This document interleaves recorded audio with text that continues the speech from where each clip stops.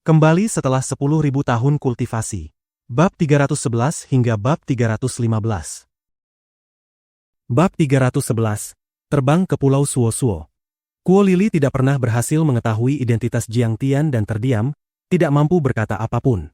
Sang master seni bela diri dari Tiongkok tidak lagi mampu menahan diri, ia bergegas maju, membungkuk hormat, lalu berkata. Melapor kepada patriark tua, pria ini bernama Jiang Taichu. Ia dikenal sebagai Grandmaster seni bela diri nomor 1 dalam peringkat ilahi Tiongkok, dan ia pernah membunuh ahli Lin Zhenyu yang mengguncang seluruh dunia. Apa? Dia Jiang Taichu? Bahkan seseorang sepenting Lin Zhenyu dibunuh olehnya. Ai, seharusnya aku menghentikan Tuan Muda Wang. Kekuatan seperti ini hanya bisa ditekan oleh Dewa Tua Wang. Ketika kata-kata itu diucapkan, banyak anggota perhimpunan Sinostar yang menghadiri upacara pertunangan mengenali Jiang Tian. Mereka semakin ketakutan, seakan jiwa mereka hampir terlepas dari tubuh. Jiang Taichu, apa latar belakangmu? Mereka mengetahui Jiang Tian, tetapi Kuo Shihai tidak. Bagaimanapun, ia hanyalah seorang lelaki tua kaya dari dunia fana. Masih ada jarak tertentu antara dirinya dan dunia seni bela diri.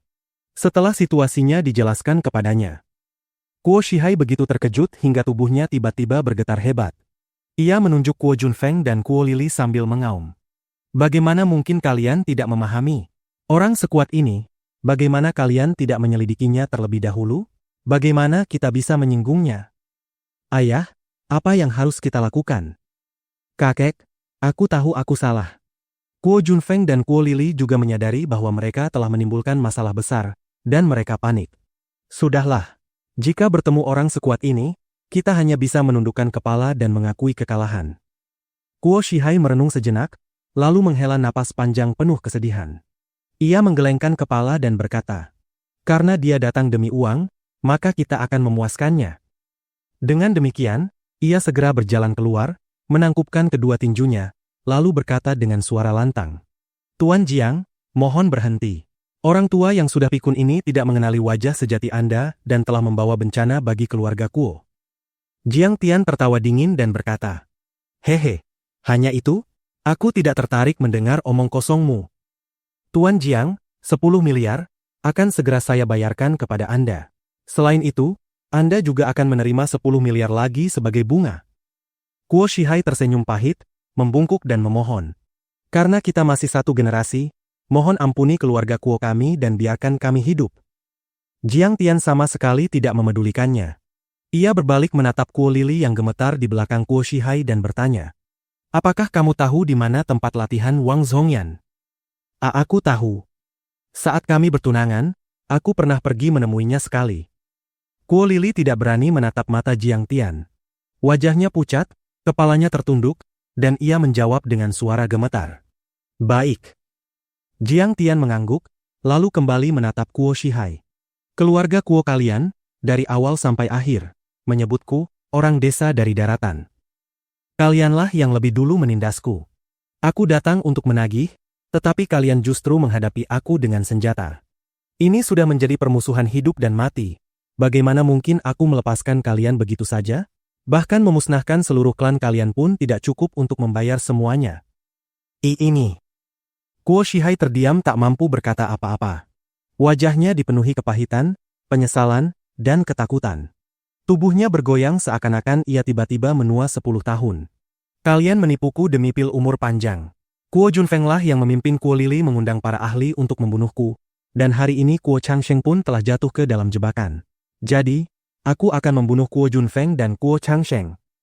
Belum selesai ia berbicara, serangan jari Jiang Tian sudah melesat. Kepala Kuo Junfeng dan Kuo Changsheng meledak seperti semangka busuk. Cairan merah dan putih muncrat ke segala arah lalu berjatuhan ke tanah. Junfeng. Changsheng. Seorang putra dan seorang cucu dibunuh tepat di depan matanya. Kuo Shihai diliputi kesedihan yang luar biasa. Rambut putih harus mengantar rambut hitam. Penderitaan macam apa itu? Namun di dalam hatinya, rasa takut jauh lebih besar daripada kesedihannya. Ia begitu ketakutan hingga seluruh tubuhnya gemetar, tetapi bahkan tidak berani mengeluarkan suara sedikit pun. Pada akhirnya, ia hanya bisa menghela napas panjang. Akulah yang memperpanjang umurmu, Kuo Shihai. Hari ini, aku juga yang akan mengambilnya kembali. Setelah berkata demikian, Jiang Tian meraih ke arah Kuo Shihai dari kejauhan. Dalam sekejap, seolah-olah seluruh darah Kuo Shihai tersedot habis. Semua otot di tubuhnya mengerut dengan kecepatan yang terlihat jelas. Matanya menjadi keruh, dan tubuhnya cepat membungkuk. Ia perlahan jatuh ke tanah, tidak mampu mengucapkan sepatah kata pun. Setelah menarik beberapa napas terakhir, ia menutup mata dan meninggal. Keluarga Kuo melakukan perbuatan tercela. Kalian ingin membunuhku dan mengingkari kesepakatan. Maka seluruh aset keluarga Kuo akan menjadi milikku. Apakah kalian menerimanya? Jiang Tian memandang orang-orang keluarga Kuo dengan acuh tak acuh dan bertanya dengan suara dingin. Betapapun besar kesedihan mereka, di bawah kekuatan mengerikan Jiang Tian, mereka tidak berani sedikit pun menentangnya. Jika ada yang berani mengatakan, tidak, kemungkinan besar Jiang Tian akan memusnahkan seluruh klan. Jiang Tian jelas berdiri lebih dari selusin meter dari Kuo Junfeng, namun ia bisa membunuh mereka hanya dengan satu gerakan tangan. Bahkan mampu merampas kekuatan hidup seseorang. Kemampuan ini benar-benar terlalu mengerikan, seolah-olah kekuatan dewa. Kami tidak memiliki keberatan atas tindakan Tuan Jiang. Wakil Direktur Li adalah orang pertama yang mengangguk setuju. Para pejabat tinggi dan orang-orang kaya lainnya juga segera mengikuti, sementara banyak master seni bela diri bahkan tidak berani bersuara sama sekali. Mereka sudah sepenuhnya gentar oleh kekuatan mengerikan Jiang Tian. Mengenai kontrak, kalian semua siapkan saja. Aku akan membunuh Wang Zhongyan terlebih dahulu, lalu kembali untuk mengambil asetnya. Setelah berkata demikian, Jiang Tian meraih Kuo Lili yang ketakutan, melompat ke pedang terbang, lalu melesat ke langit seperti elang yang mencengkeram anak ayam. Kuo Shihai, Kuo Junfeng dan Kuo Changsheng. Semuanya dibunuh olehnya. Yang Wenlun dan Li Xinyue menyaksikan semua itu dari luar seolah-olah sedang menonton film. Ini. Apakah ini Jiang Tian? Dia benar-benar bisa terbang. Mereka tidak berani masuk sampai suara pembantaian hampir berhenti. Barulah mereka memiliki kesempatan untuk berlari masuk. Melihat pemandangan yang begitu mengerikan, mereka hampir kehilangan akal karena ketakutan, nyaris roboh ke tanah. Hehe. Jadi pertemuan seni bela diri global yang sebenarnya diadakan di Pulau Suo-Suo. Pantas saja aku tidak menemukan jejak Wang Zhongyan meskipun sudah mencari di seluruh benua Xing. Jiang Tian mengendalikan pedang terbangnya dan melaju menuju sebuah pulau kecil di Samudra Pasifik Selatan, sekitar 100 km dari benua Xing.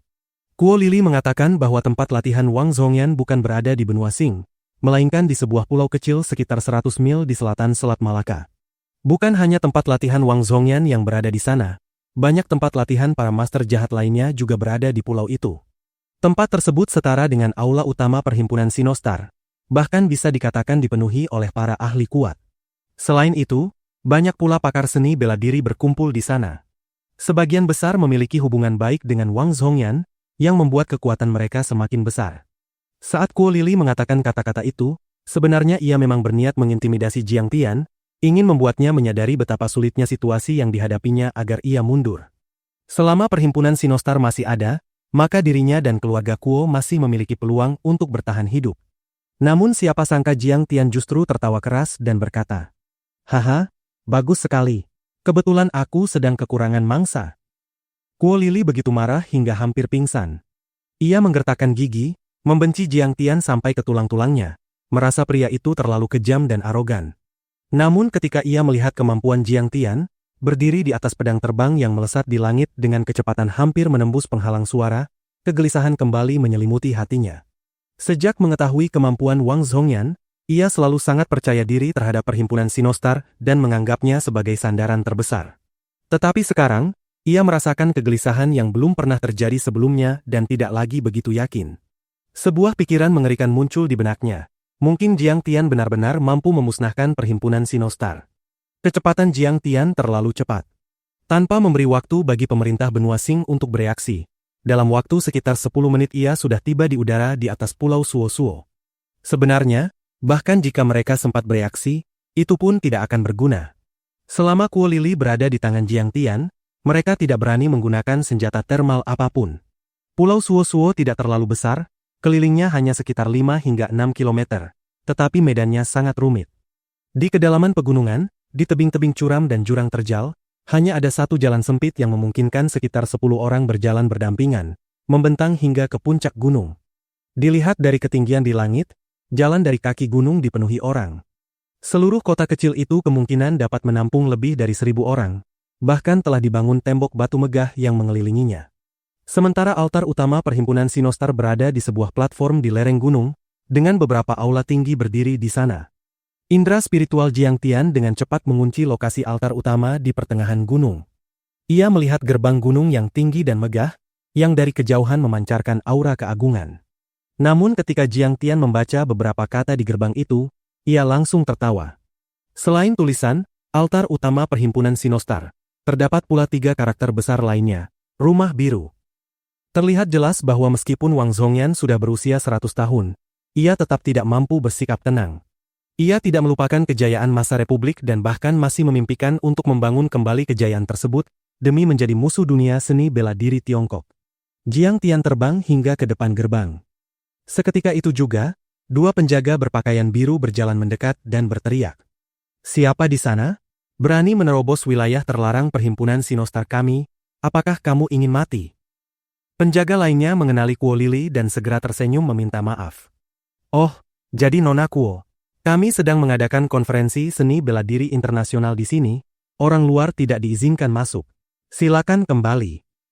Meskipun markas utama Perhimpunan Sinostar sangat tersembunyi, dengan reputasinya yang begitu besar, tetap saja ada orang-orang kaya yang datang untuk memberi penghormatan kepada para master spiritual yang mengasingkan diri. Tampaknya pemuda ini juga datang bersama Nona Kuo.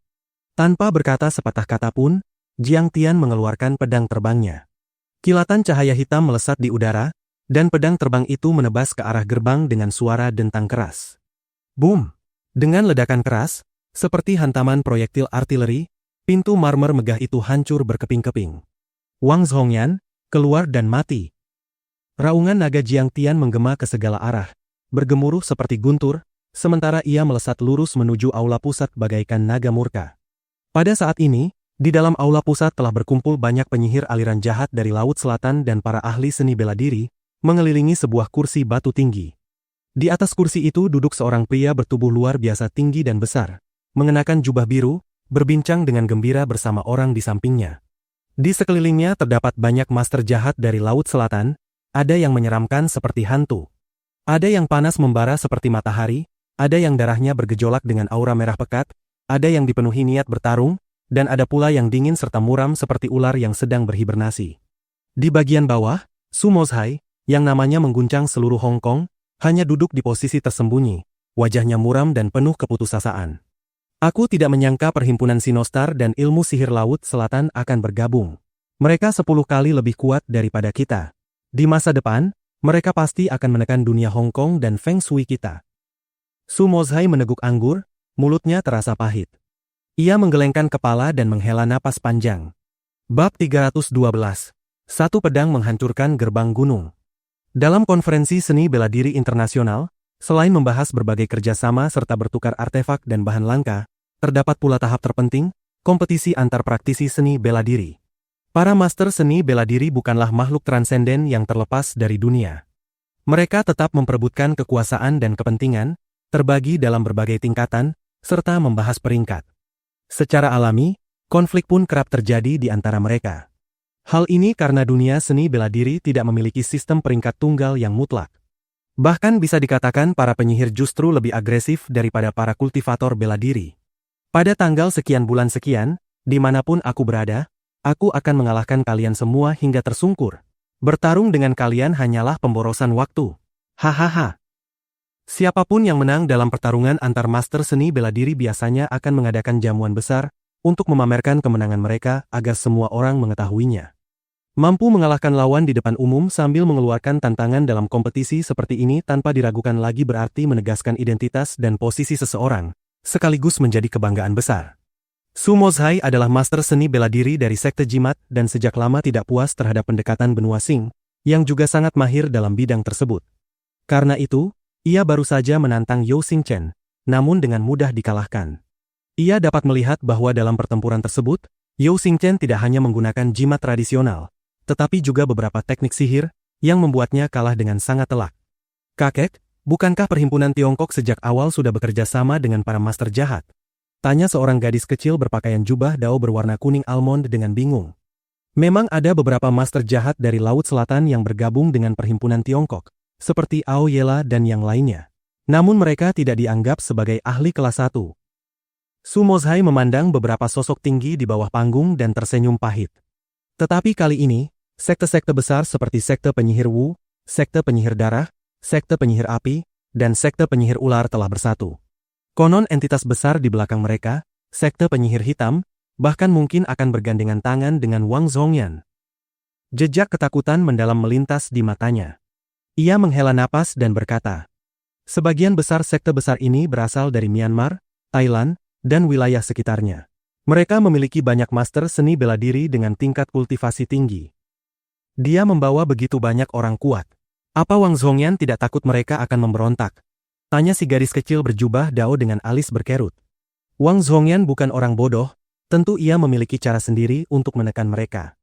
Selain itu, selama bertahun-tahun ia berinteraksi dengan para master jahat dari Laut Selatan dan sering bertukar jurus dengan mereka. Ia kini telah mengolah baik seni bela diri maupun ilmu mendalam sekaligus. Kultivasi bela dirinya telah mencapai puncak tahap kesempurnaan, suatu keberadaan mengerikan yang sebanding dengan setengah langkah menuju tahap dewa pada tahap akhir Tongsuan. Su Mozhai menghela napas, menurunkan suaranya, lalu berkata, mungkin karena pertempuran di Gunung Everest telah sangat melemahkan vitalitas perhimpunan Tiongkok, sehingga ia juga menjadi sangat cemas. Kali ini, ia mempertaruhkan segalanya. Semua master jahat ini bahkan telah bergabung sebagai penatua kehormatan. Saat semua orang sedang berbincang dan tertawa, tiba-tiba terdengar dentuman keras dari pintu masuk gunung. Sebuah suara yang menggelegar seperti gelombang dahsyat menghantam masuk. Wang Zhongyan, keluar dan mati. Untuk sesaat, semua orang terkejut. Wajah mereka dipenuhi keterkejutan saat menoleh ke arah pintu. Kurang ajar. Siapa yang berani menerobos altar utama perhimpunan Sinostar kami? Apakah kamu ingin mati? Namun ekspresi Wang Zhongyan tiba-tiba berubah. Ia menampar sandaran kursinya dan berdiri. Dengan satu tepukan, kursi batu itu langsung runtuh. Sandarannya hancur berkeping-keping. Orang ini benar-benar mencari kematian. Berani bersikap tidak hormat kepada Presiden Wang. Banyak master jahat dari Laut Selatan juga berdiri, masing-masing dipenuhi niat membunuh, ingin memberi pelajaran berdarah kepada bocah tak tahu diri yang berani berbicara begitu arogan. Orang Tiongkok, kedengarannya dia dari daratan. Menebas gerbang gunung dengan satu tebasan. Mungkinkah dia seorang ahli seni bela diri tingkat tinggi? Di pintu masuk altar utama, semua penjaga yang hadir melihat Jiang Tian menghancurkan gerbang gunung dengan satu ayunan pedang. Siapapun dia, jika berani menyinggung markas utama perhimpunan Sinostar kami, dia pasti mati. Detik berikutnya, semua penjaga murka. Bagaimanapun, mereka semua adalah ahli seni bela diri yang bertarung dengan gagah berani dan sangat arogan. Jika mereka mundur hanya karena satu orang, itu benar-benar terlalu memalukan. Bocah, berani-beraninya kau merusak gerbang rumah biru kami? Pergilah dan mati. Pemimpin penjaga berteriak dan menjadi orang pertama yang menerjang Jiang Tian. Ia melompat turun seperti ceetah, mengayunkan pedang golok berkepala hantu di tangannya dan menebas dari atas. Cahaya tajam bilahnya berlapis-lapis, berulang kali menghantam, begitu berat hingga bahkan mobil kecil pun bisa terbelah dua. Hemp! Murid Wang Zhongyan, Song Yuanjian, seni bela dirinya sudah mencapai kesempurnaan besar kekuatan dalam. Di Tiongkok, dia bisa dianggap sebagai master seni bela diri. Senyum bangga muncul di wajah para penonton di sekitarnya. Mata mereka penuh keyakinan, seolah Jiang Tian sudah pasti mati. Hentikan! Hanya Kuo Lili yang menggelengkan kepala dengan ekspresi penyesalan. Ia tercekat dan bahkan tidak sempat menghentikannya meski ingin. Wang Zibo mengolah baik seni bela diri maupun ilmu mendalam, dan kultivasi bela dirinya telah mencapai tingkat penyempurnaan kecil pada tahap kesempurnaan. Ia kini dikenal sebagai Tuan Muda, dan jika bahkan dia bukan tandingan Jiang Tian, maka maju ke depan hanya sama saja dengan mencari kematian. Pedang Jiang Tian menebas udara. Sinar pedang hitam itu melintas seperti membelah air, langsung memotong pedang berkepala hantu yang mampu membelah rambut, lalu membelah Song Yuanjian yang tertegun menjadi dua bagian. Gelombang darah bergolak saat tubuh Song Yuanjian jatuh ke tanah. Darah memercik ke wajah orang-orang di sekitarnya. Namun ia belum mati seketika. Ia mengeluarkan jeritan memilukan yang membuat bulu kuduk berdiri. Ini. Untuk sesaat, semua orang tercengang, tidak mampu mempercayai apa yang baru saja mereka lihat. Ini adalah murid langsung Wang Zhongyan, seorang master seni bela diri, namun ternyata bahkan tidak mampu menahan satu serangan pun dari lawan. Mungkinkah dia benar-benar Grandmaster tahap kesempurnaan? Tapi bagaimana mungkin? Grandmaster tahap kesempurnaan adalah keberadaan yang sangat langka di Tiongkok. Di seluruh negeri hanya ada beberapa puluh orang saja. Beberapa orang menggelengkan kepala, tak percaya. Bunuh dia. Bagaimana mungkin perhimpunan Sinostar dipermalukan begitu saja? Semua serang bersama, cincang dia dan lemparkan pada anjing. Benar, bunuh dia. Namun semakin banyak penjaga melompat maju, bergegas menyerang Jiang Tian secara bertubi-tubi. Sebagian besar dari orang-orang ini memiliki tingkat kultivasi kekuatan dalam. Mereka sebelumnya telah menerima bimbingan dari Wang Zhongyan, dan jumlahnya lebih dari 20 orang. Yang terpenting, Wang Zhongyan mengendalikan mereka dengan sangat ketat. Siapapun yang takut bertarung pasti akan dihukum berat, bahkan bisa langsung dibunuh. Jadi mana mungkin mereka berani mundur?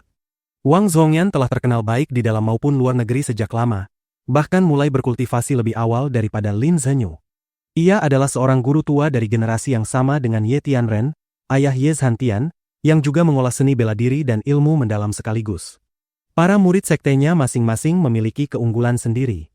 Ada yang bertubuh kuat dan memilih pertarungan jarak dekat, ada yang memiliki aura dahsyat, ada yang mampu menebas udara dengan kekuatan dalam, dan ada pula yang dapat membunuh dari jarak jauh. Beberapa menggunakan senjata tersembunyi seperti dart ahli, panah lengan, dan sebagainya, sementara yang lain menyerang dengan pedang dan golok. Lebih dari 20 orang menyerang bersama, semuanya ahli di atas tingkat kekuatan dalam, bahkan beberapa telah mencapai penyempurnaan kecil tahap kesempurnaan. Gelombang serangan ini bisa dikatakan mengguncang langit dan bumi, dengan kekuatan yang tak terbendung. Hehe, biarkan aku menunjukkan kekuatan pedang terbang. Jiang Tian tersenyum tipis saat pedang terbangnya melesat keluar. Tiba-tiba terdengar jeritan melengking yang tajam. Serangan itu tak tertahankan, kesedihannya seperti ratapan hantu dan lolongan serigala. Sebagian pedang langsung menembus dada para penjaga, sebagian memenggal kepala mereka, ada yang tubuhnya terbelah di pinggang hingga ususnya tumpah ke tanah dan mati seketika. Jiang Tian hanya membutuhkan satu tarikan napas untuk dengan mudah membunuh seluruh 24 penjaga, tidak satu pun yang berhasil lolos. Siapa kau? Berani membunuh murid perhimpunan Sinostar kami? Apakah kau sudah bosan hidup? Pada saat itu, seorang tetua pelindung melesat keluar dari aula besar, berdiri di atas batu buatan yang tinggi, memandang Jiang Tian dari atas sambil berbicara. Penatua pelindung Fang Jian telah keluar. 10 tahun lalu, saat menjalankan misi di wilayah selatan pegunungan Nanling Tiongkok, ia bertemu Mo Hao Xiong dan mengalahkannya hanya dengan satu telapak tangan. Benar, sejak saat itu Mo Hao Xiong menjalani kultivasi tertutup dan tidak berani lagi menyebut dirinya ahli tahap kesempurnaan. Bahkan banyak tokoh seni bela diri menganggap wilayah selatan Nanling tidak lagi memiliki seorang master. Melihat tetua pelindung muncul, banyak murid perhimpunan Sinostar kembali memperoleh kepercayaan diri. Hati mereka menjadi jauh lebih tenang, mata mereka dipenuhi harapan dan kegembiraan, seolah Jiang Tian pasti akan kalah kali ini. Hanya denganmu saja, kau tidak memiliki kualifikasi untuk mengetahui namaku. Suruh Wang Zhongyan keluar dan mati. Tatapan Jiang Tian tetap dingin. Sambil memegang pedang yang masih meneteskan darah, ia melangkah menuju aula, kata-katanya tetap sama. Ini kau. Pada saat itu, murid tertua Wang Zhongyan, Fen Tian, juga keluar. Ketika melihat Jiang Tian, ia tidak bisa menahan rasa takut dan tanpa sadar berteriak. Bocah, kau benar-benar arogan. Bahkan jika Wei Feilong datang, dia pun tidak akan berani berbicara kepadaku seperti itu. Tanpa menunggu Fen Tian berbicara, penatua Fang Jian yang sudah murka langsung menyerang. Hua! Ia menarik cambuk lunak dari pinggangnya dan menghantamkannya ke arah Jiang Tian. Saat cambuk itu menyapu keluar, gerakannya bagaikan tirai besi. Kilatan cahaya dingin melintas, menekan udara secara horizontal dan menghasilkan suara siulan yang mengerikan. Kemanapun cambuk itu lewat, angin kencang pun tercipta, pasir dan batu beterbangan, bahkan batu besar seukuran bola basket berguling di tanah dan terpental ke segala arah. Cambuk ini lumayan bagus. Kebetulan cambuk tulang kera putih milik orang tua itu sudah rusak. Yang ini akan kuberikan padanya. Mata Jiang Tian memancarkan kegembiraan. Ia mengulurkan tangan dan langsung menangkap cambuk itu, sementara pada saat yang sama pedang terbangnya melesat keluar. Fang Jian sendiri adalah seorang kultivator. Cambuk itu dipenuhi zhenqi yang sangat kuat. Jangankan ditangkap saat bertarung, bahkan jika seseorang berdiri diam, sedikit getaran dari seorang ahli kekuatan dalam saja sudah cukup untuk membunuhnya karena guncangan. Namun Jiang Tian justru menangkapnya dengan tangan kosong. Fang Jian tak dapat menahan keterkejutannya. Sebelum sempat menarik kembali cambuk itu, pandangannya mendadak menghitam dan seberkas cahaya hitam melesat menuju dadanya. Cahaya hitam itu terlalu cepat, bagaikan kilat hitam yang menyambar. Ia bahkan tidak sempat melihat apa benda itu. Fang Jian mengaum dan tubuhnya melengkung seperti jembatan logam yang lentur. Ia menekuk tubuhnya dari lutut, mati-matian menarik kepalanya ke belakang hingga hampir menyentuh tanah. Ia mengira kecepatannya sudah cukup untuk menghindari cahaya hitam tersebut. Namun tiba-tiba ia merasakan dadanya menjadi dingin sekaligus hangat, dan rasa lemah menyelimuti seluruh tubuhnya. Ketika menunduk, ia mendapati sebuah pedang hitam telah menembus dadanya. Darah mengucur deras dari luka itu. Bagaimana? Mungkin. Fang Jian bergumam tanpa jiwa, sama sekali tidak mampu mempercayainya. Dengan suara, "Ci," Jiang Tian memberi isyarat dengan tangannya, dan pedang terbang hitam kecil kembali ke telapak tangannya sambil berputar, menari dengan kilatan darah. Tetua klan Fang Jian jatuh ke tanah, mati. Di dalam perhimpunan Sinostar, Fang Jian dapat dianggap sebagai tokoh kelas berat. Ia setara dengan Ao Yela, namun tetap saja dibunuh Jiang Tian begitu saja. Siapa orang ini? Mengapa dia begitu kuat? Setelah Fang Jian tewas, para kepala aula, tetua, dan penjaga yang semula hendak maju menangkap Jiang Tian semuanya berhenti. Tidak seorang pun dari para ahli itu berani melangkah ke depan. Sebagian besar dari mereka memiliki tingkat kultivasi di bawah tahap kesempurnaan. Bahkan Fang Jian saja telah terbunuh.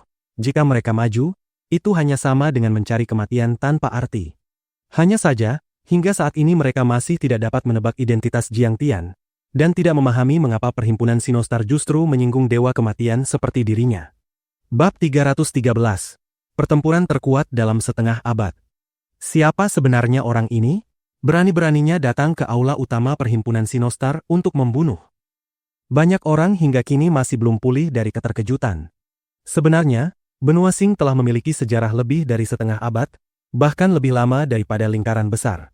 Namun dalam proses panjang itu, hanya orang-orang yang tidak tahu kapan harus mundur yang berani menyerang, dan tanpa pengecualian, semuanya dimusnahkan oleh perhimpunan Sinostar. Dalam setengah abad berikutnya, tidak seorang pun berani menginjakan kaki di Pulau Suo-Suo. Dia Jiang Taichu. Wajah Fen Tian seketika pucat, sebelum akhirnya ia mengucapkan kata-kata itu dengan suara serak. Apa? Dia Jiang Taichu?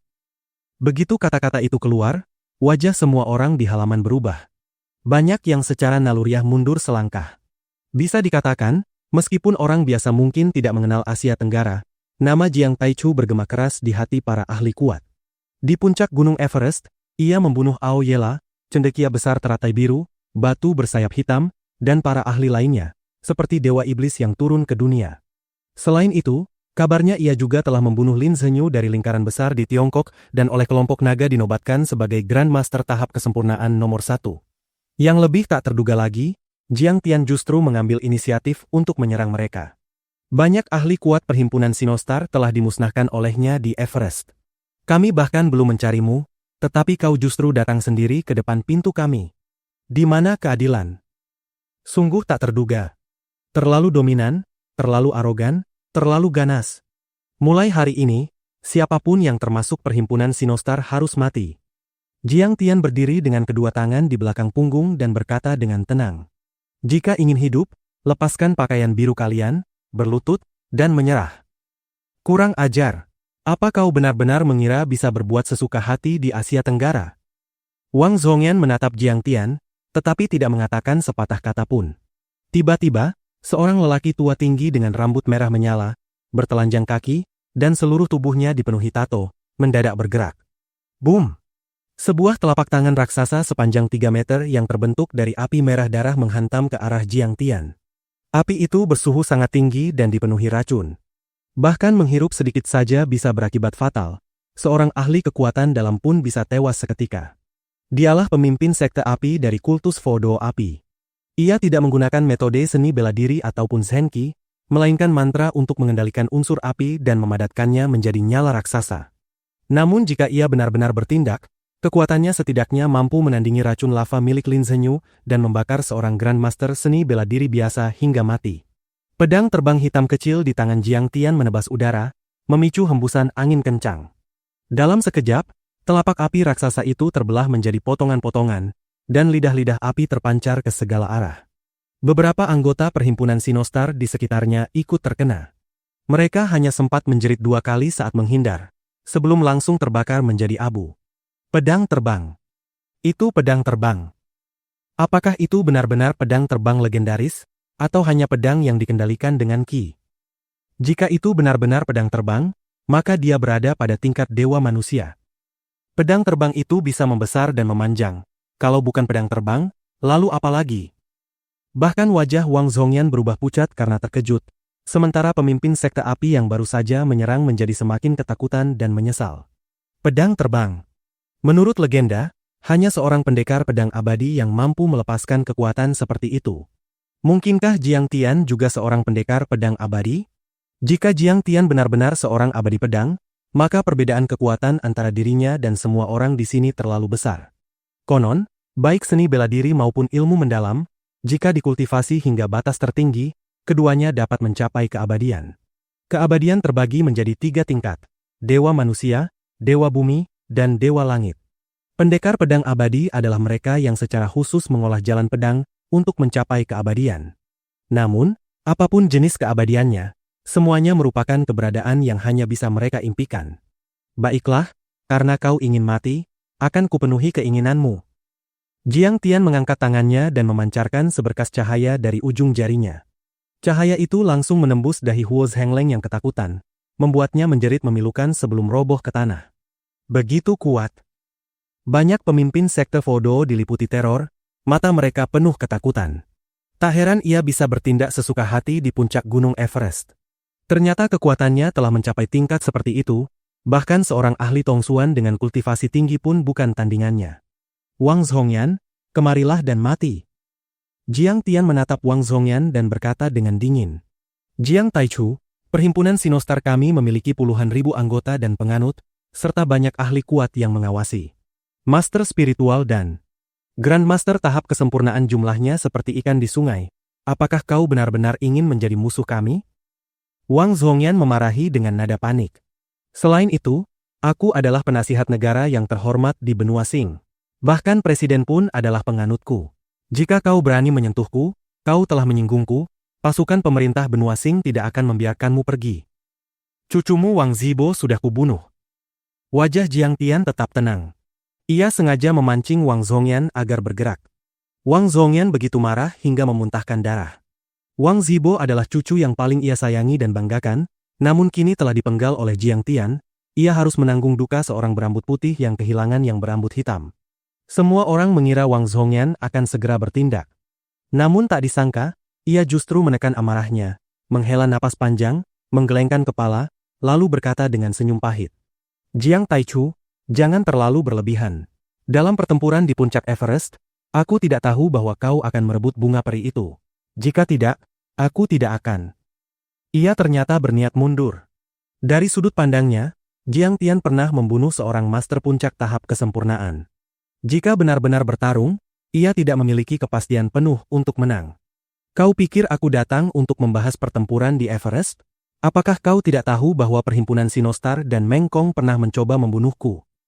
Jiang Tian tertawa dingin. Kesalahan sudah terjadi. Aku ingin mencabut akar dan melenyapkan semua masalah di masa depan.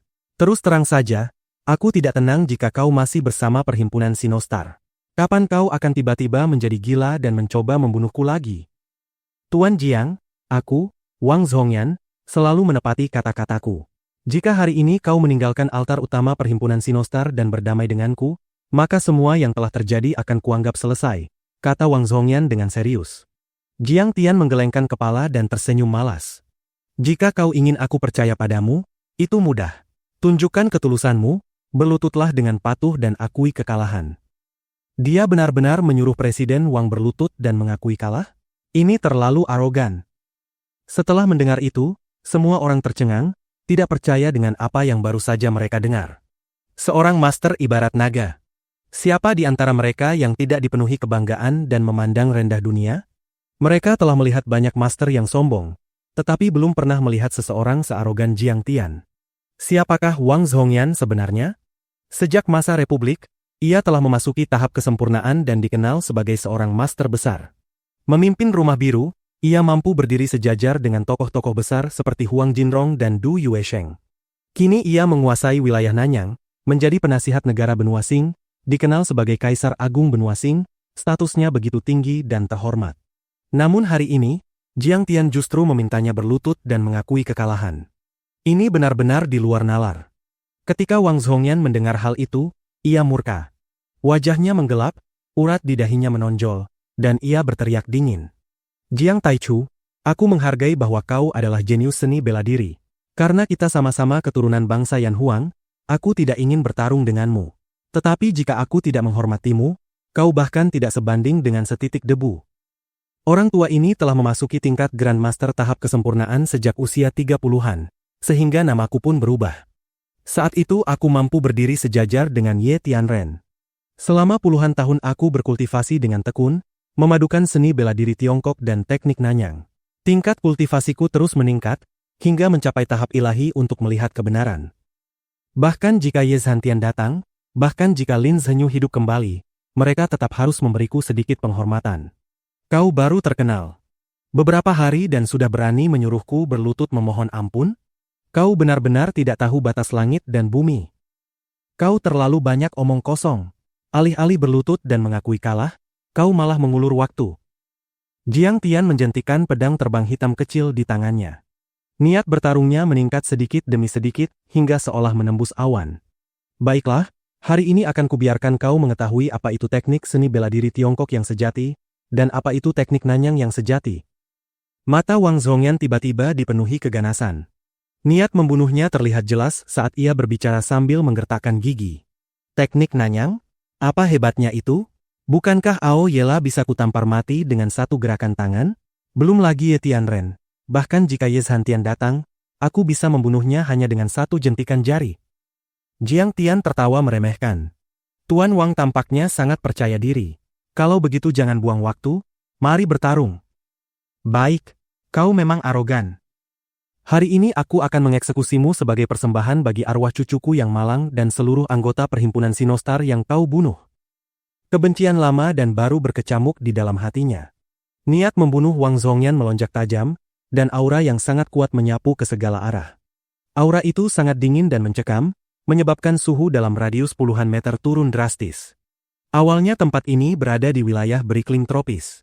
Namun dalam sekejap, seolah-olah mereka telah memasuki dunia dingin ekstrim, di mana angin beku melolong dan salju beterbangan. Kim, kemarilah. Wang Zhongyan melambaikan tangannya, dan sebuah tandu jenazah terbang keluar lalu mendarat di tangannya. Ia menghentakkan kedua kakinya ke tanah, tubuhnya melesat seperti hantu, lalu berdiri dengan angkuh di puncak sebuah aula besar di halaman, sekitar 50 meter dari Jiang Tian. Ia dengan hati-hati meletakkan tandu jenazah itu, menatap Jiang Tian dari atas, lalu mencibir. Jiang Taichu, apakah kau siap untuk dibunuh? Peti mati sudah siap, tapi untukmu. Jiang Tian tertawa dengan angkuh. Ini bisa dikatakan sebagai pertempuran terkuat yang terjadi di Asia Tenggara dalam setengah abad terakhir. Pertempuran besar akan segera meletus. Banyak orang mundur jauh, jantung mereka berdegup kencang di tenggorokan. Semua perhatian tertuju pada dua sosok di arena. Di pintu masuk gunung, Kuo Lili menggertakkan giginya sambil menatap Jiang Tian. Matanya dipenuhi kebencian yang tak terbandingkan. Jiang Taichu ini terlalu arogan. Dia tidak hanya membunuh para ahli Asia Tenggara di Everest, bahkan berani bertindak semena-mena di Perhimpunan Sinostar. Begitu Wang Zhongyan bergerak kali ini, dia pasti mati. Seorang master berjubah biru tertawa aneh. Di sampingnya melingkar seekor piton berwarna-warni sepanjang sekitar 3 meter. Ia adalah seorang master Gu dari wilayah Melayu yang namanya mengguncang seluruh Asia Tenggara. Jiang Taichu memang sangat kuat. Ia pernah membunuh Lin Zhenyu dan dikenal sebagai Grandmaster nomor 1 dalam daftar ilahi, ahli nomor 1 di bawah tahap ilahi. Namun itu juga tergantung siapa lawannya. Wang Zhongyan telah mengguncang Asia Tenggara selama puluhan tahun, mengolah sekaligus seni bela diri dan ilmu mendalam, memadukan sihir jahat Asia Tenggara dengan bela diri, siapa yang bisa menandinginya? Seorang ahli kuat yang membawa keranjang bambu di punggungnya mencibir berulang kali. Gas beracun menyelimuti tubuhnya. Kabut hitam di sekelilingnya memancarkan aura kematian yang mengerikan.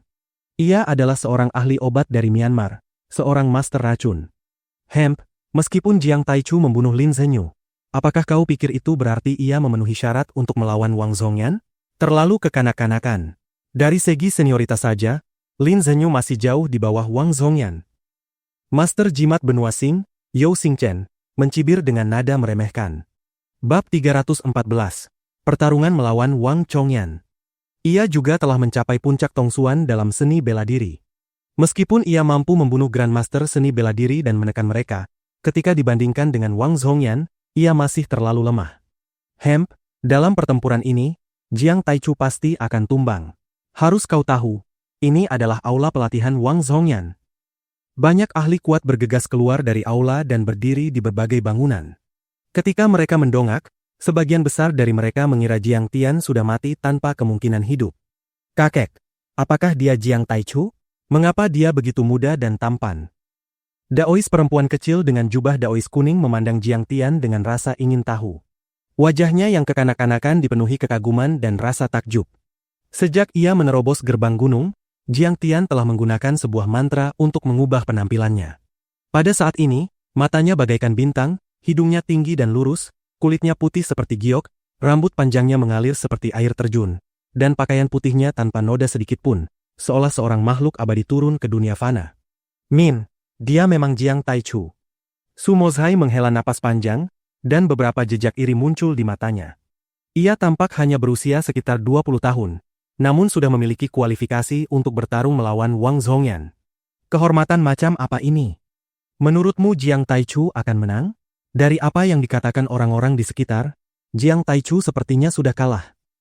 Daois perempuan kecil itu berharap Jiang Tian menang, sehingga ia sedikit khawatir. Mungkin karena usia mereka hampir sama, ia secara alami merasa agak dekat dengan Jiang Tian. Selain itu, Su Mozhai juga pernah terluka parah oleh Wei Shuofeng pada tahun itu, dan telah menjalani kultivasi tertutup selama 10 tahun. Dan Wei Shuofeng telah dibunuh oleh Jiang Tian, sehingga dapat dikatakan bahwa Jiang Tian telah membalas dendam atas nama Su Mozhai. Hemp, belum tentu demikian. Wang Zhongyan mengultivasi seni bela diri sekaligus Dao, tetapi bagaimana dengan Jiang Taichu? Su Mozhai mendengus dingin sambil melirik Yao Xingchen di sampingnya, lalu mengangkat kepala untuk melihat dua orang yang sedang bertarung. Diskusi semacam ini terdengar di seluruh altar utama perkumpulan bintang Tiongkok. Semua orang menahan napas sambil mengepalkan tangan, tidak melewatkan satu detail pun. Pertempuran ini berkaitan dengan perkumpulan bintang Tiongkok, bahkan menyangkut nasib seluruh Asia Tenggara. Setiap orang memiliki sudut pandang berbeda, tetapi sebagian besar tetap merasa bahwa baik dari segi tingkat kultivasi maupun lingkungan, Jiang Tian tidak akan memiliki keuntungan apapun kali ini, dan peluang kemenangannya sangat kecil. Jiang Taichu, kau benar-benar kuat. Bukan hanya tingkat kultivasimu, mentalitasmu bahkan membuatmu seolah mampu menelan matahari dan bulan serta merangkul seluruh dunia. Mendengar kata-kata Jiang Tian, Wang Zhongyan tidak marah, melainkan tertawa. Namun pada akhirnya, kekuatanlah satu-satunya yang berarti di dunia ini. Kau masih terlalu jauh. Sebelum kata-katanya selesai, ia sudah meninju ke arah Jiang Tian dari kejauhan. Pukulan ini sederhana tanpa hiasan, seolah seorang immortal kuno turun ke dunia dan berevolusi menjadi sebuah tinju. Pukulan itu memiliki pesona alami yang mendalam. Boom! Dengan sebuah dentuman, sebuah tinju raksasa sebesar batu gilingan menembus udara dan menghantam Jiang Tian dengan keras, seolah-olah sebuah proyektil yang baru keluar dari larasnya. Kekuatan pukulan ini tak terbatas. Ia menyapu keluar seperti gelombang ganas, mampu membunuh segala sesuatu di jalurnya. Area luas mengeluarkan lolongan mengerikan, pasir dan kerikil beterbangan, dan aura menakutkan menyapu ke segala arah. Para ahli kekuatan dalam seni bela diri tidak mampu menahannya dan terhuyung mundur. Ini adalah tinju 6 jalan reinkarnasi, seseorang berseru. Ya, pada tahun itu Wang Zhongyan mengandalkan jurus tinju ini. Bahkan tanpa dapat berevolusi sepenuhnya, ia masih mampu menandingi Ye Tianren. Beberapa Grandmaster seni bela diri yang menyaksikan terkejut dan berseru keras. Apa itu tinju 6 jalan reinkarnasi? Daois perempuan kecil berjubah kuning aprikot bertanya dengan wajah penuh keheranan. Mata Su Mozhai dipenuhi keterkejutan, keringat dingin mengalir saat ia mengkhawatirkan Jiang Tian, lalu menghela napas. Benar-benar tinju 6 jalan reinkarnasi. Jurus tinju ini sangat dalam dan tak terduga. Ia mampu berevolusi menjadi 6 fenomena aneh, dan termasuk jenis tinju yang membutuhkan keseimbangan antara seni bela diri dan Dao. Kekuatannya sangat besar. Saat tinju raksasa itu menyerang, Jiang Tian tertawa dan langsung menunjuk ke udara dengan jarinya. Bang! Suara keras mengguncang bumi, membuat gendang telinga semua orang terasa sakit luar biasa, seolah hampir pecah. Seluruh altar bergetar seperti terjadi gempa bumi. Sejauh mata memandang, tinju raksasa itu telah hancur berkeping-keping, dan aliran ki yang membungkus pecahan batu melesat ke segala arah. Seperti peluru artileri berat, pecahan itu langsung menghantam tanah berbatu dan membentuk lubang sedalam 1 meter. Gelombang kejut menyapu ke segala arah, membuat banyak ahli seni bela diri terhuyung mundur. Beberapa di antaranya merasakan rasa manis di tenggorokan sebelum memuntahkan darah. Wajah Wang Zhongyan sedikit berubah, matanya menunjukkan keterkejutan. Ia tidak menyangka serangan jari Jiang Tian mampu menghancurkan pukulan jalan dunia-nya. Pukulan ini sepenuhnya dipadatkan dari ki sejati, namun sangat stabil dan kuat. Tidak berlebihan untuk mengatakan bahwa bahkan kendaraan lapis baja pun bisa dihancurkan, dan seorang Grandmaster tahap kesempurnaan dapat berubah menjadi daging lumat. Jiang Taichu benar-benar memecahkan pukulan ini. Baik tinju ki penasehat negara Wang maupun jari cahaya Jiang Taichu sama-sama sangat kuat. Ini adalah pertempuran antara para master puncak. Banyak ahli kuat yang hadir juga dipenuhi ketidakpercayaan. Hati mereka berdebar antara ketakutan dan kegentaran. Bukankah sudah kukatakan? Jiang Taichu bisa membunuh Wei Shuofeng dan Lin Zhenyu. Jelas dia bukan orang biasa. Sementara itu, Su Mozhai terus mengangguk, memandang Jiang Tian dengan mata penuh kekaguman dan hormat. Wajah Jiang Tian tetap tenang, dan ia berkata dengan nada meremehkan. Wang Zhongyan, hanya itu kemampuanmu? Kau berani mengaku sebagai penguasa Asia Tenggara dengan kekuatan seperti ini? Kau terlalu lemah. Bisakah kau menunjukkan kemampuanmu yang sebenarnya? Jiang Taichu, jika kau mengira aku hanya memiliki kemampuan seperti ini, maka kau benar-benar keliru. Mendengar ini, Wang Zhongyan menjadi murka. Ia terus mengayunkan kedua tangannya, seolah-olah meraih kekuatan misterius di dalam kehampaan. Kemudian ia mendorong kedua telapak tangannya ke depan secara mendatar dan berteriak marah. Tinju 6 jalan reinkarnasi, jalan binatang. Tiba-tiba, cahaya cemerlang berkilau, dan seekor harimau muncul dari udara. Disusul oleh serigala, elang, burung nasar, dan hiu. Semuanya terus berevolusi, menerkam ke arah Jiang Tian. Dalam sekejap, auman harimau mengguncang hutan, elang melesat di langit, serigala menelan bulan, dan ikan melesat ke kedalaman. Semuanya tampak hidup, seolah benar-benar nyata. Ini adalah kondensasi fenomena cuaca. Simbol puncak tahap kesempurnaan. Beberapa kultivator bela diri berseru kaget. Setelah melangkah ke tahap kesempurnaan, seseorang mampu memadatkan ki menjadi senjata dan menggunakan ki untuk mengendalikan objek, membentuk kekuatan serangan yang juga dikenal sebagai ranah master. Namun, pemadatan citra ki melangkah lebih jauh lagi, memadat menjadi harimau dan singa seolah memiliki kesadaran sendiri, lalu menyerang target. Menggunakan ki untuk mengendalikan objek saja sudah sangat sulit, bahkan untuk memadatkan ki menjadi senjata. Lalu bagaimana dengan memadatkan seekor binatang yang dapat menyerang secara mandiri? Yang paling menakutkan adalah Wang Zhongyan mampu memadatkan begitu banyak fenomena aneh dalam sekejap. Bahkan dapat dikatakan ia telah mencapai puncak kemampuan. Aku tidak menyangka Tuan Wang sekuat ini, sampai mampu membentuk 8 fenomena. Hampir seperti setengah langkah tahap dewa. Dia jauh lebih kuat daripada kita. Benar, meskipun banyak fenomena ini masih terbentuk dari ki sejati, metodenya sudah hampir sama dengan cara yang digunakan pada tahap dewa. Jika kalian mendengar tentang kematiannya, kalian boleh mati sekarang. Bisa menyaksikan Tuan Wang dan seni bela diri surgawi hari ini berarti hidup kalian benar-benar tidak sia-sia. Banyak kultivator bela diri dan ahli sihir merasa hati mereka bergetar, seolah kepala mereka berputar, bahkan beberapa di antaranya sampai meneteskan air mata karena kegembiraan. Hanya itu? Bukan aku meremehkanmu, tapi kau bahkan tidak bisa dibandingkan dengan 6 bentuk kunpeng milik Lin Zhenyu. Jiang Tian tertawa dengan nada merendahkan. Ci! Pedang terbang hitam kecil berubah menjadi seberkas cahaya hitam dan melesat keluar dari tangannya seperti meteor. Dentang, dentang, dentang, dentang, suara padat pedang menembus elang raksasa, membelah burung nasar, menghancurkan hiu raksasa, menyapu serigala buas, dan menebas harimau terdengar bertubi-tubi. Dalam sekejap mata, semua fenomena aneh itu hancur dan berubah menjadi kilatan cahaya emas yang berhamburan seperti percikan api sebelum perlahan menghilang.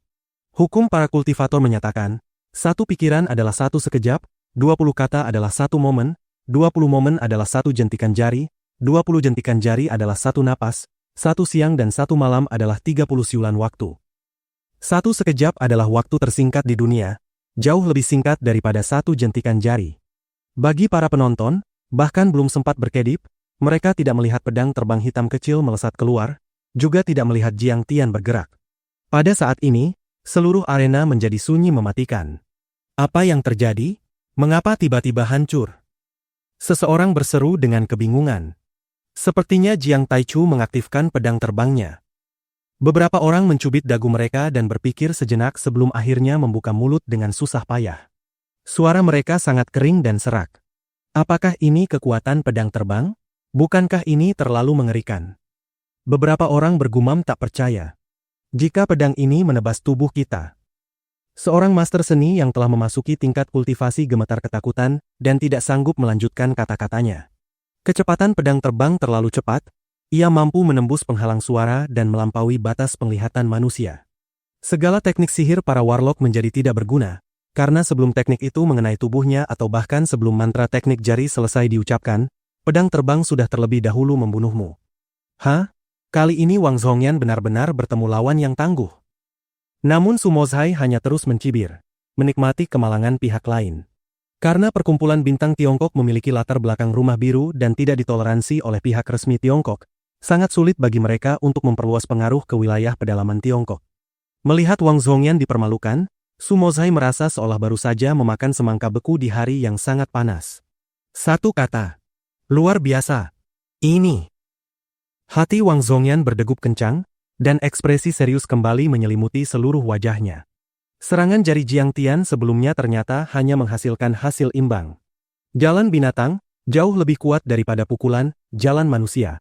Ia semula mengira fenomena ini dapat dengan mudah membunuh Jiang Tian. Namun, ia tidak menyangka pedang terbang Jiang Tian begitu kuat, dan dalam sekejap saja telah menghancurkan banyak fenomena aneh tersebut.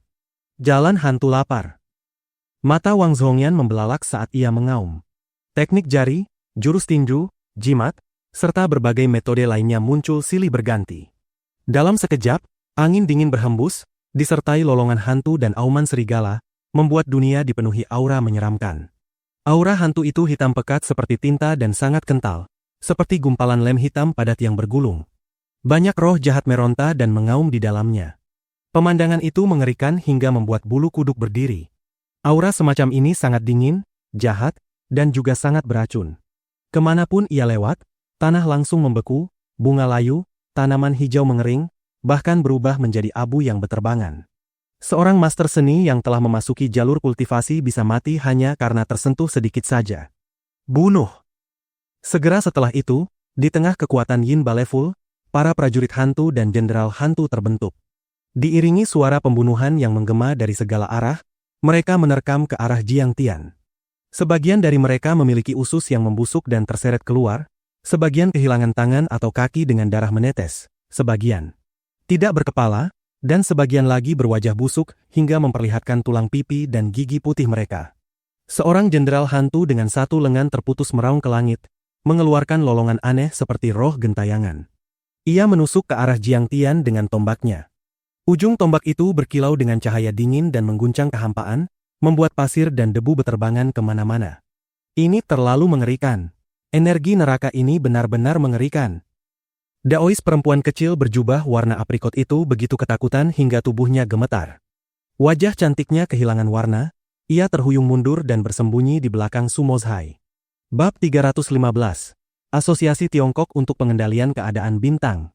Sebagai satu-satunya cucu perempuan Su Mozhai, dapat dikatakan ia memiliki latar belakang keluarga yang syarat pembelajaran dan bakat luar biasa. Ia mampu merasakan Qi sejak usia 8 tahun dan telah mencapai tingkat kultivasi Dao pada usia 18 tahun. Namun, jika harus menghadapi roh jahat sekuat itu, ia takut tidak ada yang bisa ia lakukan. Ia hanya bisa berbalik dan lari, lalu membiarkan kakeknya yang bertindak. Ini semua adalah roh pertempuran milik hantu dan raja hantu. Satu saja sudah cukup untuk membunuh seorang Grandmaster tahap kesempurnaan, dan di sini ada begitu banyak sekaligus. Hati Su Mozhai berdegup kencang, alisnya berkerut saat ia tertawa pahit dan menghela napas. Kali ini, Jiang Taichu benar-benar dalam bahaya. Hehe, kau benar. Ini semua adalah roh jahat tingkat Raja Hantu, dan sebelum mati mereka semua memiliki tingkat kultivasi Grandmaster tahap kesempurnaan. Dulu, aku menjelajahi seluruh Tiongkok untuk menggali medan perang kuno. Wang Zhongyan terus mengerahkan tekniknya sambil tertawa keras ke langit. Rambutnya beterbangan, dan ia memandang Jiang Tian dengan penuh penghinaan serta niat membunuh, lalu mencibir. Jiang Taichu, sehebat apapun kemampuanmu, hari ini kau hanya akan dicincang menjadi daging lumat oleh para hantu lapar ini. Tenang saja, jika kau mati, aku akan memenjarakan jiwamu dan membuat pasukan Raja Hantuku semakin kuat. Setidaknya kematianmu akan berguna. Wang Zhongyan, kau berani pamer dengan pengalaman kultivasi sekecil ini? Tidakkah kau merasa malu? Mendengar itu, Jiang Tian hanya tertawa meremehkan. Terdengar suara, "Ci," saat pedang terbang hitam kecil menyapu keluar. Bang! Bang! Bang! Suara sesuatu hancur berkeping-keping terdengar bertubi-tubi. Dalam sekejap saja, 7 hingga 8 jenderal hantu tertebas menjadi potongan-potongan oleh pedang terbang tersebut. Seluruh zirah, tulang, dan organ mereka beterbangan kemana-mana, kembali berubah menjadi gumpalan asap hitam yang bergulung. Para jenderal hantu menjadi semakin cerdas. Setelah Jiang Tian membunuh 2 raja hantu secara beruntun, 6 raja hantu yang tersisa segera berpencar ke segala arah. Mereka bahkan berubah menjadi asap hitam untuk melarikan diri, tetapi tetap tidak dapat lolos. Untuk sesaat, semua jenderal hantu menjerit kesakitan, seolah-olah iblis dari kedalaman neraka yang sedang disiksa tanpa akhir, membuat kulit kepala mati rasa dan bulu kuduk berdiri. Yang lebih mengerikan lagi, seluruh aura hantu itu diserap oleh pedang terbang hitam kecil, tidak menyisakan sedikit pun. Bukankah pedang terbang ini terlalu kuat? Bahkan bisa membunuh roh prajurit para hantu. Mata Su Mozhai terbuka lebar. Mungkinkah pedang terbang Jiang Tian memiliki formasi penekan hantu? Bukankah ini terlalu mendominasi? Apa yang sebenarnya tidak bisa ia lakukan? Tuan Jiang luar biasa. Ayo! Daois perempuan kecil berjubah Taois kuning itu begitu bersemangat, hingga mengepalkan tinjunya. Dia masih manusia atau bukan? Begitu banyak prajurit dan roh hantu bisa dibunuh. Sebagian orang bersukacita, sebagian lain cemas. Banyak ahli kuat berwajah pucat pasi, seolah kehilangan orang tua mereka. Jiang Tian sekali lagi memperbarui kesan mereka tentang dirinya. Bagaimana ini mungkin? Pikiran Wang Zhongyan juga terguncang hebat. Kakinya goyah, hampir saja ia terjatuh dari aula utama. Bahkan jika Raja Hantu tidak mampu mengalahkan Jiang Tian, setidaknya mereka seharusnya bisa berubah menjadi aura hantu dan bersembunyi. Bagaimana mungkin ia tahu bahwa pada pedang terbang hitam kecil milik Jiang Tian bahkan terdapat formasi susunan untuk memusnahkan iblis penekan kejahatan? Makhluk dengan pengalaman kultivasi seperti itu bukan saja tidak mampu membunuh Jiang Tian, tetapi justru menjadi santapan bagi pedang terbang hitam kecil. Setelah melahap aura hantu, pedang terbang hitam kecil tampak masih belum puas. Ia melompat-lompat dengan gembira dan terbang berputar di depan Jiang Tian sambil berdengung. "Xiao Hei, masih belum kenyang? Bagaimana kalau kuberi kau esensi darah seorang tua di puncak tahap kesempurnaan untuk dimakan?" Jiang Tian berkata sambil tersenyum. Pedang terbang hitam kecil berdengung 2 kali dan berputar semakin riang, seolah sudah tidak sabar lagi. Tatapan Jiang Tian menajam, pandangan dingin dan berbahayanya jatuh pada Wang Zhongyan. Ia tertawa sinis. "Wang Zhongyan, karena kau tidak bersikap sopan sejak awal, setelah mencoba membunuhku 3 kali, sudah sepantasnya kau menerima 1 tebasan pedangku, bukan? Pergi!" Sebelum Wang Zhongyan sempat bereaksi, Jiang Tian menggeram dan pedang terbang hitam kecilnya melesat keluar. "Kau tidak bisa membunuhku." Wang Zhongyan meraung serak. Gukin miliknya terangkat sendiri dan melayang di depannya, sementara kedua tangannya dengan panik memetik senar. Kelang! Suara kecapi menggema, kuat dan nyaring, seperti benturan pedang dan tombak. Tiba-tiba, kehampaan di sekitarnya bergetar, dan lebih dari 100 aura pedang Qi muncul di hadapannya. Dong, dong, dong. Seiring dentingan kecapi yang padat, bagaikan logam dan batu yang saling berbenturan, seperti hujan deras yang menghantam daun pisang, prajurit udara terbentuk satu demi satu di angkasa. Satu persatu, prajurit udara itu menjadi sangat stabil, kokoh, padat, dan tak tertembus, menutupi langit dan bumi, melindungi Wang Zhongyan sepenuhnya. Jika dilihat dengan saksama, Wang Zhongyan tampak seperti landak, dipenuhi prajurit udara di segala arah. Crash! Prajurit-prajurit udara itu tiba-tiba berputar dan saling bergesekan seperti puluhan naga udara. Mereka saling mengejar dan berputar cepat, membentuk sebuah bola kacau. CK, berantakan sekali. Bahkan tidak seteratur pertahanan formasi pedang surgawi milik Hong Tianzhao. Dengan kemampuan seperti ini, kau masih berani menjaga Asia Tenggara dan menyebut diri raja di selatan? Omong kosong. Jiang Tian bahkan tidak meliriknya dan memberikan penilaian yang sangat merendahkan. Sementara pedang terbang hitam kecil miliknya sudah. Kelang, kelang, kelang. Awalnya hanya beberapa prajurit udara yang saling berbenturan, menimbulkan serangkaian ledakan. Kemudian, bang, bang, bang. Dari segala arah terdengar dentuman berat bertubi-tubi. Pedang terbang hitam kecil menembus ke arah bola prajurit udara dari berbagai sisi. Ruang di area itu terdistorsi dan tampak kabur, sementara aliran ki melesat keluar dari bola prajurit udara seperti anak panah. Keadaannya benar-benar kacau balau. Genteng beterbangan kemana-mana, pilar batu miring, dinding hancur, dan rumah-rumah runtuh. Gunung batu Taihu setinggi manusia di halaman terbelah menjadi dua. Batu sebesar keranjang tertancap di tanah, ada yang terlempar ke udara atau meledak. Pohon-pohon tinggi tercabut dari akarnya atau terpotong menjadi dua sebelum jatuh dengan suara keras. Bola prajurit udara itu berada dalam kekacauan total. Semua orang tidak lagi dapat melihat sosok Wang Zhongyan, tetapi mereka dapat mendengar alunan kecapi yang semakin padat, sementara bola prajurit udara semakin membesar. Suara kecapi yang mengerikan, benturan tajam antara pedang terbang dan prajurit udara, membuat jantung berdebar kencang seolah hendak meloncat keluar dari tenggorokan. Aura Tuan Wang Zhongyan terlalu kuat, pasti sudah terbentuk ribuan prajurit udara. Ini terlalu mengejutkan.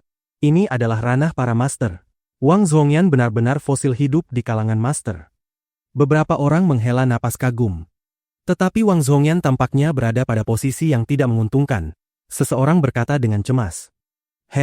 Menurutku pedang terbangnya akan hancur oleh serangan ini. Berapa lama dia bisa bertahan? Guqin ini juga merupakan artefak magis. Beberapa orang menghibur diri, tetap yakin bahwa Wang Zhongyan pasti akan menang. Saat Jiang Taichu fokus bertarung dengan Tuan Wang, ayo kita bertindak. Ada juga orang-orang yang siap bergerak, ingin memanfaatkan kesempatan untuk menyerang Jiang Tian secara tiba-tiba. Pada saat itu, kecapi mengeluarkan satu bunyi keras sebelum tiba-tiba terdiam sepenuhnya. Tak lama kemudian, bola prajurit udara mulai memancarkan cahaya emas, putih, dan warna-warni yang menyilaukan. Seolah matahari meledakkan titik cahaya paling terang, seakan artefak pelindung Wang Zhongyan terus-menerus diaktifkan. Sial, aku tertipu. Segera setelah itu, Wang Zhongyan mengerang kesakitan sambil mengumpat. Dengan ledakan keras, bola prajurit udara meledak, menyapu ke segala arah dan menembus beberapa ahli kekuatan dalam di sekitarnya hingga menjadi manusia berdarah. Tak lama kemudian, bola prajurit udara itu lenyap tanpa jejak, dan debu pun mereda. Semua orang melihat pedang terbang hitam kecil tertancap di dada Wang Zhongyan. Seluruh tubuhnya berlumuran darah, kinya lemah dan merosot, wajahnya pucat pasi. Seluruh arena menjadi sunyi mematikan. Semua orang tercengang, tidak mampu mempercayai apa yang baru saja mereka lihat. Jiang Taichu, aku tidak terima. Jika kau tidak memiliki pedang terbang, kau bukan lawanku. Wang Zhongyan memuntahkan darah, menutup lukanya sambil menatap tajam Jiang Tian. Wajahnya penuh kebencian dan keengganan saat ia berteriak marah. Siapa yang peduli kau menerima atau tidak? Kau tetap akan mati. Kalau tidak terima, gigit saja aku. Jiang Tian tertawa meremehkan. Dengan perubahan kesadaran, pedang terbang itu melesat keluar diiringi percikan darah. Kemudian ia berputar di sekitar leher Wang Zhongyan dan memenggal kepalanya. Tubuh tanpa kepala itu, menyemburkan darah, perlahan jatuh ke tanah. Fosil hidup dunia bela diri, penasehat negara benua bintang, tokoh perkumpulan Tiongkok, ahli tak tertandingi yang mengultivasi sihir dan seni bela diri selama satu generasi, Wang Zhongyan, tewas. Mulai saat ini, perkumpulan bintang Tiongkok dibubarkan. Kalian semua hormati aku dan patuhi perintahku. Siapa yang berani membangkang? Maju! Jiang Tian berdiri di sana dengan tangan di belakang punggungnya, dan pedang terbang hitam kecil tiba-tiba menghilang dari ujung jarinya. Aku Su Mozhai dari Hong Kong, menyerah. Su Mozhai adalah orang pertama yang berlutut di tanah, membungkuk hormat. Cucu perempuannya yang mengenakan jubah daois juga segera berlutut. Kau hanyalah petarung Tiongkok. Bagaimana mungkin kau bisa memerintah kami? Seorang tetua dari sekte Fodo hitam tampak tidak puas. Ia menundukkan kepala, memutar matanya, dan bergumam pelan. Kau mencari kematian. Jiang Tian tertawa dingin. Tanpa sepatah kata pun, ia menebaskan pedang terbangnya. Dalam sekejap, kepala tetua itu terpenggal, darah menyembur, dan tubuh tanpa kepala jatuh ke tanah. Tetua sekte Fodo ular itu juga seorang ahli sihir yang kuat, mampu memanggil ular roh dan mengguncang seluruh Thailand. Namun, di bawah kecepatan ekstrim Jiang Tian, ia bahkan tidak sempat mengerahkan tekniknya. Ia sama sekali tidak memiliki kesempatan untuk bertarung. Siapa lagi? Oh, kau ingin bermain jimat. Jiang Tian menatap Yao Xingchen. Aku mengaku kalah. Yang rendah ini sepenuh hati menerima. Yao Xingchen begitu ketakutan hingga jiwanya hampir melayang. Lututnya lemas, ia berlutut di tanah sambil gemetar. Kami menyerah. Fen Tian juga berlutut di tanah. Wajahnya dipenuhi kesedihan dan keputusasaan, tetapi sama sekali tidak menunjukkan kebencian. Faktanya, ketika mengetahui Jiang Tian bentrok dengan perkumpulan bintang Tiongkok, ia pernah mencoba membujuk Wang Zhongyan untuk berdamai dan menunjukkan rasa hormat. Namun, Wang Zhongyan sama sekali tidak memedulikannya. Ia justru memilih berteman dengan banyak praktisi Asia Tenggara dari sekte syaman, penyihir serangga, orang pilihan kepala, dan kelompok sejenis lainnya untuk bersama-sama membangun perkumpulan bintang Tiongkok. Ia ingin meningkatkan kekuatannya dan membalikkan keadaan. Namun kini, bukan saja ia gagal bangkit, ia bahkan dikalahkan Jiang Tian dalam satu serangan telak. Mulai sekarang, kami bersedia menghormati Tuan Jiang. Kami siap menembus api dan air demi perintah Anda. Kami berharap Tuan Jiang memerintah sepanjang hidup. Banyak anggota perkumpulan bintang Tiongkok dan praktisi Asia Tenggara bergegas berlutut di tanah. Mereka semua gemetar ketakutan, takut Jiang Tian tidak puas dan akan membunuh mereka seperti ia membunuh tetua sekte Fodo ular. Bahkan Wang Zhongyan yang memimpin Asia Tenggara saja kalah oleh Jiang Tian. Bagaimana mungkin para kultivator bela diri dan ahli sihir yang jauh lebih lemah berani bertindak gegabah?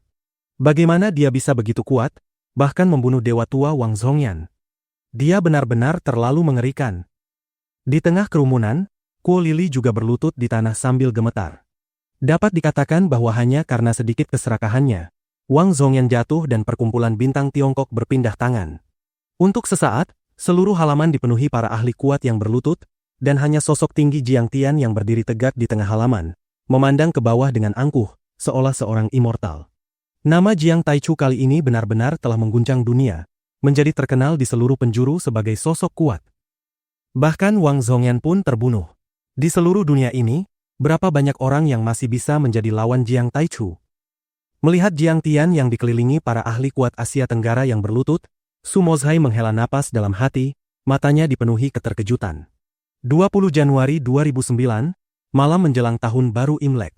Di Pulau Suo-Suo, Jiang Taichu membunuh dan mengambil alih penasehat negara benua bintang. Tekanan Jiang Taichu terhadap Asia Tenggara mengguncang dunia dan menjadi terkenal di seluruh penjuru. Terima kasih sudah mendengarkan. Dukunganmu membantu channel ini tetap menghadirkan cerita setiap hari.